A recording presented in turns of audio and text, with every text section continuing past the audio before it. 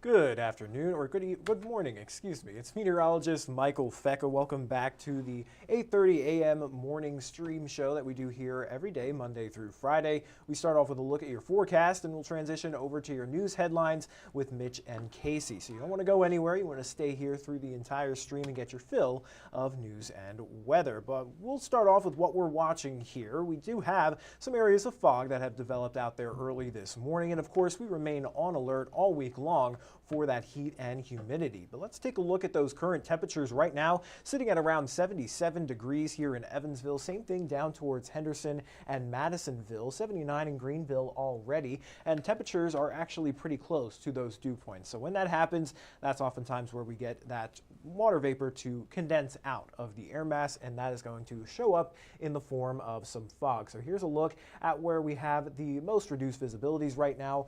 From Evansville down into Henderson and into Madisonville, we're looking at anywhere between a half mile up to 2 miles of visibility. So if you're traveling along that corridor, make sure you give yourself plenty of time and leave some space between you and the car ahead of you. Elsewhere across the tri-state, it is nice and sunny. We're seeing sunshine in Owensboro, out towards Huntingburg, up towards Mount Carmel. Everywhere else, we're looking at a beautiful day ahead of us here. Now, this fog will gradually lift here by around 9-10 o'clock is when we start to see those temperatures kind of rise up above more than the dew point, and then that's where we're going to start to see the fog go away, and then we'll be left with partly cloudy to mostly sunny skies as we go through the afternoon. Now, talking about the heat, again, we are under that heat advisory. Now it encompasses the majority of the tri-state and is expected to go until 7 p.m. on Thursday. However, I would not be surprised if we started to see the heat advisory get extended in time, at least through the weekend. We're still expecting triple-digit heat index values through the weekend and even into the beginning of next week, even though they might not be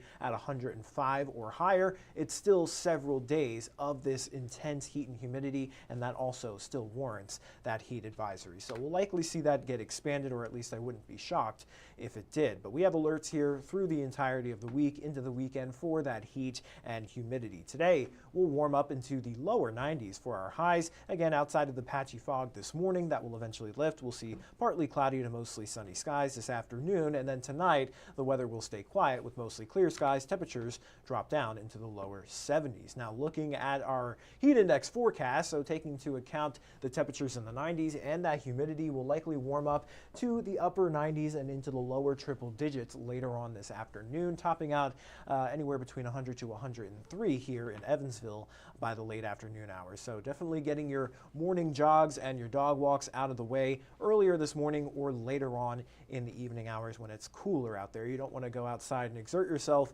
during the peak heating of the day. And if you do have to, of course, making sure you're drinking plenty of water and taking breaks in the air conditioning. Now, looking at our temperature trend for the next several days, you know, this heat and humidity isn't going anywhere anytime soon. It does look like maybe it wanes a little bit by the time we get into the weekend with some scattered showers and thunderstorms that may bring us some relief. However, that relief will be very short-lived, and it looks like we'll start to warm back up towards the mid-90s as we head into the beginning of next week. And we'll likely continue to see dew points ranging in that muggy to stifling category. So dew points up into the 70s remain likely even through the rest of this week and into the beginning of next. So definitely going to be hot, humid, sticky, and a little bit miserable depending on who you are. Some people like the heat and humidity, most don't.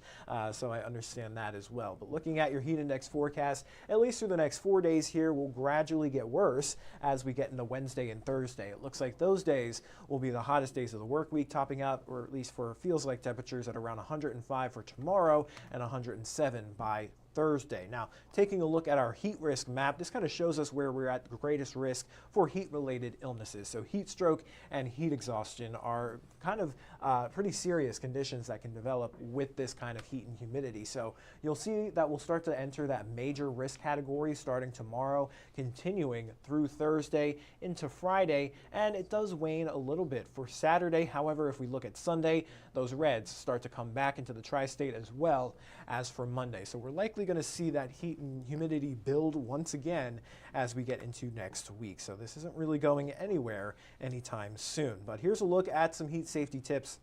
Again, we showed this to you every time we have those heat advisories in effect, but it's always good to just remember to take care of yourself and others. So definitely checking up on your neighbors, young children, and elderly folk, making sure that they're okay, making sure their AC is working and they're drinking plenty of water. You yourself should be reducing or rescheduling strenuous activity to the coolest time of day, making that in the morning hours, going for that early morning walk, or late in the evening. And then if you do have to be outside, you want to wear lightweight, light-colored clothing that reflects that heat and sunlight away from your body. Of course, drinking plenty of water, preferably non-alcoholic fluids, even if you don't feel thirsty. It's important to just continuously hydrate yourself. And then, of course, if you're going to be outside chilling at the pool, a lake, on a boat, whatever, it's summertime, we get it, but you don't want to get too much sun. You want to make sure you're wearing that sunscreen, because that sunburn makes it a lot harder for you to actually cool off when you're overheating. So those are just the general tips here that we show you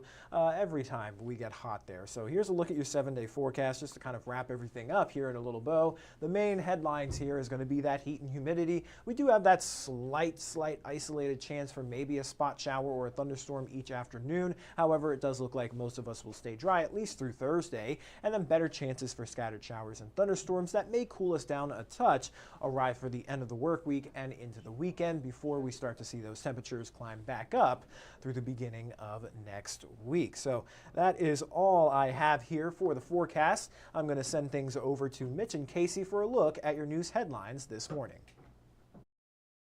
On your local news and weather throughout the day by watching the 14 First Alert streaming shows. At 8:30 a.m., get your First Alert forecast to plan the day ahead and catch up on the news that happened overnight with the 14 News Sunrise team. In the afternoon, get the latest headlines, forecasts, and a preview of the stories we're working on with the 14 First Alert streaming show at 2:30. And get an in-depth look at the 14 First Alert forecast so you're ready for the next big thing with the 14 First Alert weather show at 9 p.m. Watch the 14 First Alert streaming show that fits your schedule and works best for you. Streaming on your phone by downloading the 14 News app and the 14 First Alert weather app. On your smart TV by using the 14 News streaming app. And stream anytime on Facebook, YouTube, or on 14news.com. Stay connected and stay informed by watching the 14 First Alert streaming shows on your favorite streaming devices.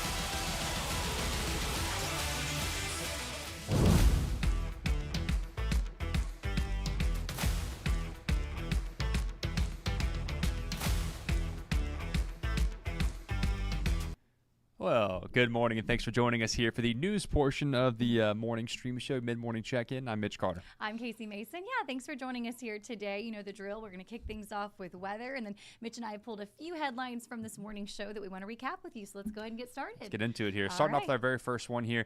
Kind of interesting crime story here. Police searching for a person they say tried to withdraw money from somebody else's bank account. Got pictures here on your screen for you. Officers say an elderly woman tried to take money out of an account at People's Bank there on North Green River Road. Police say bank employees told them the name she gave was for a regular customer. They say she also had the victim's birthday, social security number, and passport information. Police say, though, employees tried to stall the woman in the lobby, but she ended up leaving. And as you can see in these photos, she had glasses on and gray hair, which they think was possibly a wig. So interesting story there. Got the photos there. If you recognize anybody there, if you have any information, you're asked to please go ahead, reach out, and call police. Yeah, that's right. And of course, switching gears now to a lighter story. I want to let you know about some things going on. You may hear some drums on the north side of Evansville. You're not losing your mind. Don't worry. It's because it's an actual event taking place. Drums on the Ohio. We've got some video here we want to share with you. So Drums on the Ohio, it's returning. There are 5 drum corps this year competing, like the Boston Crusaders and the Phantom Regiment. Now, they will be at Central High School this year. It's actually normally held at the Wrights Bowl, but officials had to move it due to renovations to the bowl there. Gates open at 5:30 tomorrow night, and the competition's going to kick off around 7 o'clock. Yeah, always cool there.